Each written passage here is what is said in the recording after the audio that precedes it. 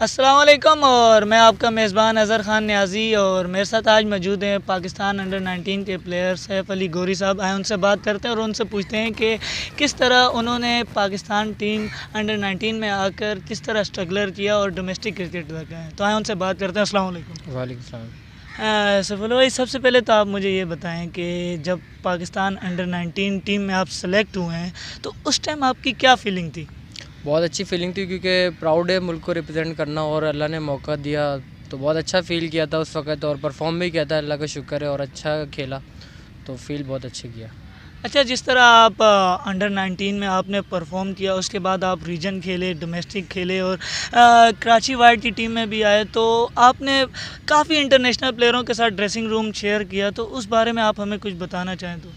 International player के साथ dressing room share करना एक प्राउड होता है क्योंकि उनसे क्रिकेट सीखने को मिलती है, क्योंकि वो बड़ी क्रिकेट खेल रहे होते हैं और उनके साथ खेलना वो गलतियों को समझाते हैं, बहुत सी चीज़ें बताते हैं जिससे फ़ायदा होता है, जिससे आप जो अपनी गलतियाँ ख़त्म करते हो, जिससे परफॉर्म करने में ईजी हो जाता है। तो उनके साथ खेल के बहुत ईजी हो गया था परफॉर्म करना और अल्लाह का शुक्र इसी वजह से परफॉर्म होता था क्योंकि वो अच्छी गाइडेंस देते थे।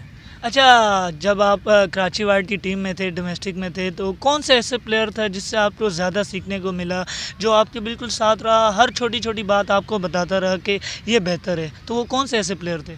नहीं, देखें जो सीनियर प्लेयर हैं वो तो सारे ही बताते हैं कि जो गलती होती है उस पर गाइड करते हैं। बाकी जैसे अब समी भाई थे, अनवर अली भाई थे और बाकी बैट्समैनों में खुरम भाई, फैसल भाई, काफ़ी नाम है जिनके गिनने पे आए तो फिर बहुत ही हो जाएगा।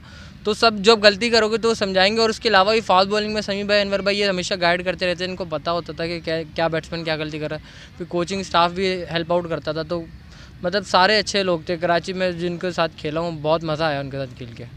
अच्छा, जिस तरह अभी ये वबा पूरे पाकिस्तान में नहीं बल्कि पूरी दुनिया में फैली है, तो इसमें काफ़ी ऐसे इंटरनेशनल प्लेयर हैं। आप डोमेस्टिक प्लेयर की बात ही ना करें, इंटरनेशनल प्लेयर भी इस वायरस की वजह से बहुत से मुतासिर हुए हैं, अपनी गेम से दूर हुए हैं। तो आप बताएं, इन दिनों में आपने क्या किया और आपने अपनी बॉडी फिटनेस कैसे मेंटेन रखी? यार मैंने बस ऐसा किया कि क्या कहते हैं अपने घर में थोड़ी बहुत ट्रेनिंग करता रहा हूँ जिससे फ़ायदा हुआ, क्योंकि मैं एक सीज़न से यूएस में भी रहा तो वहाँ पे हमारा रिचर्ड ट्रेनर था, रिचर्ड स्टोनियर, वेस्ट अपना जो अभी बांग्लादेश का भी ट्रेनर है, तो उसने काफ़ी ट्रेनिंग में हेल्प आउट करता रहता है। फिर इमरान भाई हैं कराची के, उनसे कोऑर्डिनेट करके ट्रेनिंग करते हैं। बस ट्रेनिंग तो अपनी नहीं छोड़ी, भले से होम ट्रेनिंग की, लेकिन ट्रेनिंग अगर आप घर पे भी करो तो आप फिटनेस रख सकते हो अपनी। तो अल्हम्दुलिल्लाह फिटनेस अभी भी पूरी है। अभी मैच खेलने ट्राई किया तो अपनी फिटनेस पूरी अच्छी महसूस कर रहा हूँ बॉडी को। अच्छा, जिस तरह अभी डोमेस्टिक टीमों में तो जो टीमें सेलेक्ट होनी थी वो टीमें सेलेक्ट हो गई हैं, लेकिन बहरहाल आगे के प्लान क्या हैं, आपके फ्यूचर प्लान क्या हैं? क्या क्रिकेट को ही लेके आप आगे चलेंगे या कोई और प्लान बनाया हुआ है आपने? नहीं, प्रोफेशनल क्रिकेटर हैं तो प्रोफेशनल का मतलब होता है कि अपने प्रोफेशन से ही अपने घर को देखना, अपने क्रिकेट को देखना। तो अल्लाह का शुक्र है अभी तक भी चल रहा है और आगे भी इंशाल्लाह इसी से होगा और उम्मीद करता हूँ कि आगे क्रिकेट अच्छी होगी तो उसमें भी परफॉर्म करेंगे, खेलेंगे और सब कुछ अच्छा होगा। अच्छा, काफ़ी ऐसे प्लेयर हैं जो आपके साथ डोमेस्टिक से बाहर हुए हैं, तो उसके बाद आप यंगस्टर को क्या कहना चाहेंगे कि इस हालात में क्या वो उन्हें क्या करना चाहिए अगर ऐसे हालात उन पे आ जाएं और वो एकदम क्रिकेट से दूर हो जाएं? नहीं, देखें अगर वो प्रोफेशनल है तो उसको अपना टाइम निकालना पड़ेगा, कीप ट्राई करना पड़ेगा। हम भी हैं भाई, हम भी काम करते हैं, मैं भी क्रिकेट के अलावा भी काम करता हूँ, लेकिन क्रिकेट के लिए टाइम निकालता हूँ। क्रिकेट के लिए टाइम निकालना पड़ता है तो प्रोफेशनल किस काम के हो, किस नाम के अगर टाइम नहीं है तो टाइम निकालना पड़ता है कुछ ना कुछ करके।